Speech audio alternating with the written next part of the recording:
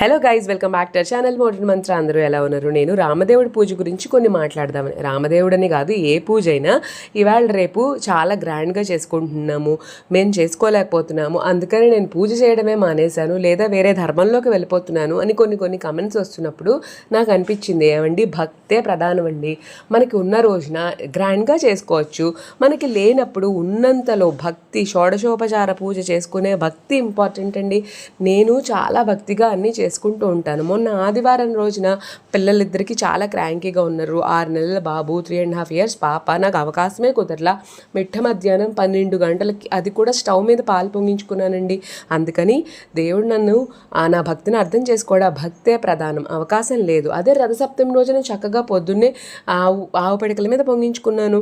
అవకాశాన్ని బట్టి మన దగ్గర ఉండే శక్తిని బట్టి కూడా మనం చేయొచ్చు. పూజని మానేయక్కర్లేదండి. పూజ ముఖ్యం బిగులు.